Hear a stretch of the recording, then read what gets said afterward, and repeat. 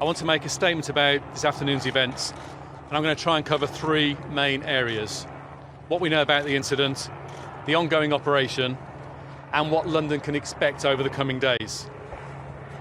As you know, we've declared this as a terrorist incident, and the Counter-Terrorism Command are carrying out a full-scale investigation into the events today. The attack started when a car was driven over Westminster Bridge, hitting and injuring a number of members of the public, also including 3 police officers on their way back from a commendation ceremony.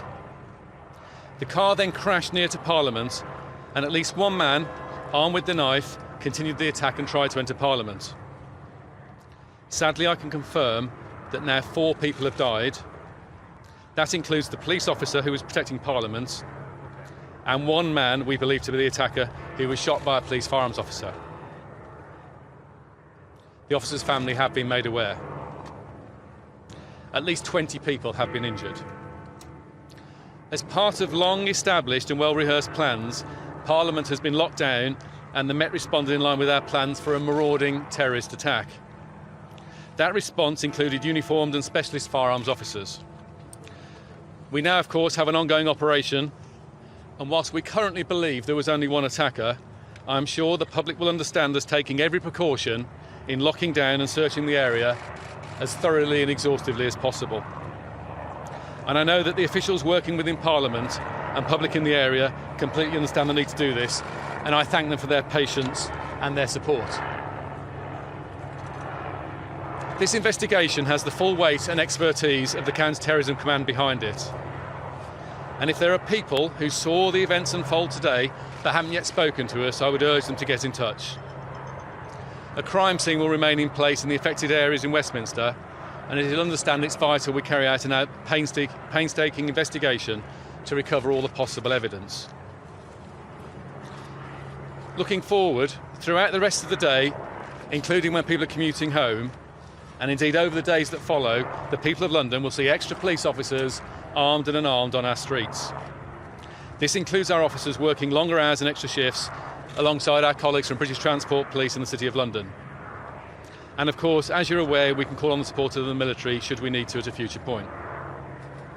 We are also in the process of opening up our Casualty Bureau to help those people who are worried about friends and family who may have been caught up in the attack. Furthermore, we're reaching out to communities and community leaders across London to reassure them. Our strength as a city depends on our ability to stand together at such terrible times. If anyone sees anything suspicious or anything that causes concern, please do contact us, don't hesitate. My thoughts are with all those who've been affected by today's attack, and as a service, we've lost one of our own as he acted to protect the public and his colleagues. This is a day we planned for, but we hope would never happen. Sadly, it's now a reality. We will continue to do all we can to protect the people of London. I'll take a couple of questions. Will that now take place? We'll look at that issue later on. Mr. Ryan, have any other arrests been made in relation to this? There's a massive operation ongoing. I'm not going to discuss the operational sensitivities of that for reasons I'm sure you'll understand. The officer that was attacked, was he one of the armed officers that protect Parliament? One of the armed officers protecting Parliament, yes. Okay, just check, you said in the initial statement at least one person in the vehicle, and then said you believe there was only one attacker. Is this still an open issue? So, as you'll understand the situation, when you've had such an awful incident take place on Westminster Bridge, the reports will be confused with many different and varying accounts, and we're still working our way through that. We're satisfied at this stage that it looks like there was only one attacker, but it'd be foolish to be overconfident so early on. So, as I've said, for precautionary basis, we're locking down the area and doing all necessary searches so we can be completely confident everyone is safe. Beyond the previous statement about places to watch out for later on this evening and in the coming days, is that still the case, the same areas we should be avoiding? So, what we're saying to the public is, please be vigilant. No reason to be alarmed, but vigilant on your way home. Call us if you've got any concerns, and you will see more police officers armed and unarmed out on the streets of London. Sorry, as well as the police officer and the suspected assailant who died, the other 2 people who died, did they die on Westminster Bridge or did they die in Parliament? That's my understanding at the moment. As you understand with these incidents, casualty numbers and details can be a bit confused, but I believe they died on the bridge. One more question, gentleman behind. Was the attacker known, please?